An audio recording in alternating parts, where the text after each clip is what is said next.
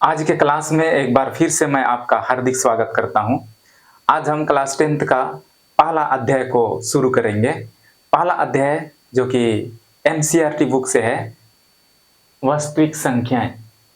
यह बहुत ही बेसिक सा पार्ट है। ऑलरेडी हम लोग 9th क्लास में भी इसे पढ़ चुके हैं। इस पार्ट में हम कुछ बेसिक चीज़ों को इस वीडियो में कवर करेंगे, क्योंकि बेसिक हमारे लिए सबसे इम्पोर्टेंट चीज़ है। यदि आपका बेसिक मजबूत होगा तो आपका मैथ में अच्छा पकड़ होगा। रटने वाली कोई बात तो नहीं है, क्योंकि इसमें हम बेसिक को ही सही करेंगे और तब जितना भी कठिन से कठिन प्रश्न भी हो उसको आप आसानी से बना सकते हैं। अन्यथा अगर कोई हट के क्वेश्चन आ गया, थोड़ा घुमा दिया, तो फिर उसमें आप घूम जाएंगे। जो वास्तविक संख्या है उन्हें हम दो भागों में बांटते हैं, परिमेय संख्या, अपरिमेय संख्या।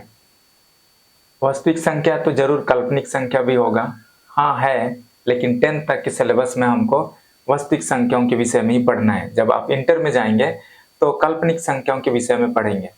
वास्तविक संख्या जितना भी अभी तक आप जानते हैं, 1 2 3 4 √5 1.3, जो भी संख्या अब तक हम जानते हैं वो सब वास्तविक संख्या के अंतर्गत आता है और उसे हम दो भाग में बांटते हैं, परिमेय संख्या, अपरिमेय संख्या।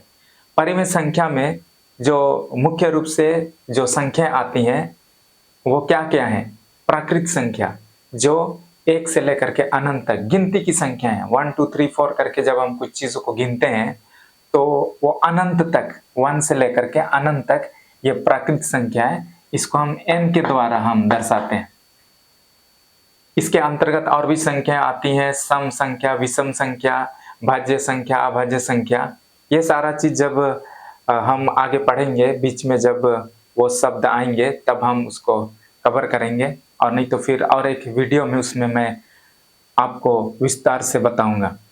और दूसरा है पूर्ण संख्या। पूर्ण संख्या जो है 0 से अनंत तक, प्राकृत संख्या 1 से अनंत तक है, तो ये सभी संख्या इसमें आएंगी। एक एक्स्ट्रा संख्या इसमें जुड़ जाता है, वो है 0। पूर्णांक, अच्छा, पूर्ण संख्या को हम लोग W से दिखाते हैं। इंग्लिश में होल नंबर कहते हैं और उसी का पहला लेटर W हम इस्तेमाल करते हैं। तीसरा पूर्णांक। पूर्णांक जो होता है वो धनात्मक प्राकृत संख्या और उसी का ऋणात्मक और 0, इसको मिला करके हम पूर्णांक कहते हैं। 1 से आगे जो संख्या है उसको हम धनात्मक पूर्णांक कहते हैं, और फिर इस ओर का ऋणात्मक पूर्णांक। 0 ना तो धनात्मक है और ना ऋणात्मक। और ठीक इसी तरह से शांत दशमलव प्रसार भी परिमेय संख्या के अंदर आता है। दशमलव प्रसार, पॉइंट के बाद जो संख्या हम लिखते हैं, दशमलव प्रसार वो दो प्रकार का होता है, शांत दशमलव प्रसार और दूसरा अशांत दशमलव प्रसार।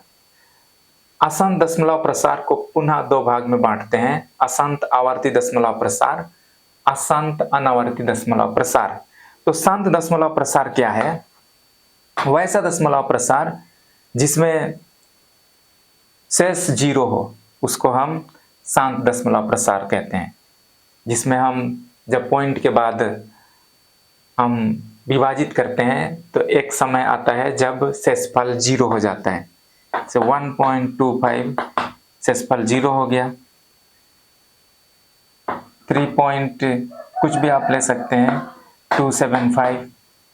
अब अशांत आवर्ती दशमलव प्रसार में वो कभी अंत नहीं होगा, पॉइंट के बाद संख्या आता रहेगा, इसलिए ये अशांत है।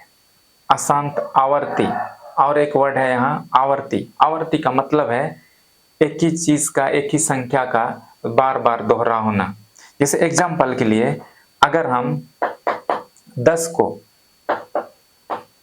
3 से डिवाइड करेंगे, 10 को 3 से यदि आप भाग देंगे तो 3 तिया 9, एक दशमलव के बाद 0, 3 तिया 9, फिर 1, 3 तिया 9, ये आता रहेगा।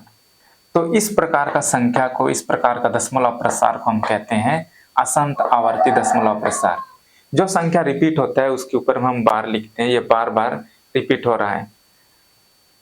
और ये संख्या भी परिमेय संख्या के अंतर्गत आता है। और दूसरी ओर है अपरिमेय संख्या। अपरिमेय संख्या में सबसे पहला इस तरह का संख्या आता है, अपूर्ण वर्ग संख्या का रूट। जितना भी अपूर्ण वर्ग संख्या है, पूर्ण वर्ग संख्या का मतलब क्या है, जैसे एक का हम वर्ग करेंगे तो एक गुना एक एक आएगा। दो का यदि हम वर्ग करेंगे तो दो गुना दो चार आएगा। तीन का अगर हम वर्ग करेंगे तो तीन गुना तीन, तीन तिया नौ। इसी तरह से चार का वर्ग करेंगे तो चार गुना चार, चार चौके 16। तो ये सभी संख्याएं जो हैं इसको हम पूर्ण वर्ग संख्या कहते हैं। पूर्ण वर्ग संख्या कहते हैं क्योंकि ये किसी संख्या को दो बार गुना करने से आया है। दो को दो बार गुना करने से चार, तीन को दो बार गुना करने से नौ, चार को दो बार गुना करने से चार, चार गुना किए तो 16 आया। तो ये सभी संख्याएं पूर्ण वर्ग संख्याएं कहलाएंगी। अब अपूर्ण वर्ग संख्या क्या है, इन संख्याओं को छोड़कर दूसरा जो संख्या है वो अपूर्ण वर्ग संख्या, और उसका अगर हम रूट लिखेंगे तो फिर वो अपरिमेय संख्या हो जाता है। जैसे √2, √3, √5, √6, √10 इत्यादि, ये सब अपरिमेय संख्या है। और दूसरा असंत अनावर्ती दशमलव प्रसार। असंत अनावर्ती दशमलव प्रसार ये कभी भी पॉइंट के बाद आखिरी नहीं होगा, संख्याएं आती रहेंगी। और दूसरा ये शब्द यहाँ पे आप देख सकते हैं अनावर्ती, ये रिपीट भी नहीं होगा, अलग अलग संख्याएं आती रहेंगी अनंत तक। तो इसको हम अपरिमेय संख्या के अंतर्गत रखते हैं। जैसे इसका एग्जाम्पल 0.01, 001, 0001, इस तरह से संख्याएं आती रहेंगी। और तीसरा है पाई। पाई को हम अपरिमेय संख्या के अंतर्गत रखते हैं। पाई बराबर 22/7 लिखते हैं। वो 22/7 परिमेय संख्या है, लेकिन पाई अपरिमेय संख्या है, क्योंकि 22/7 जो है परिमेय संख्या का डेफिनेशन को पूरा करता है। परिमेय संख्या का डेफिनेशन क्या है, जिसे हम p/q के रूप में लिख सकते हैं, और pq पूर्णांक है, q बराबर 0 नहीं, उस शर्त को 22/7 पूरा करता है, इसलिए उसे हम परिमेय संख्या में रखते हैं, और ये पाई को अपरिमेय संख्या में रखते हैं। तो यही बेसिक से चीज है, इसको मन में आप जरूर रखेंगे। आगे जब हम प्रश्न हल करेंगे तो ये सारी चीजें वहां पे आएंगी।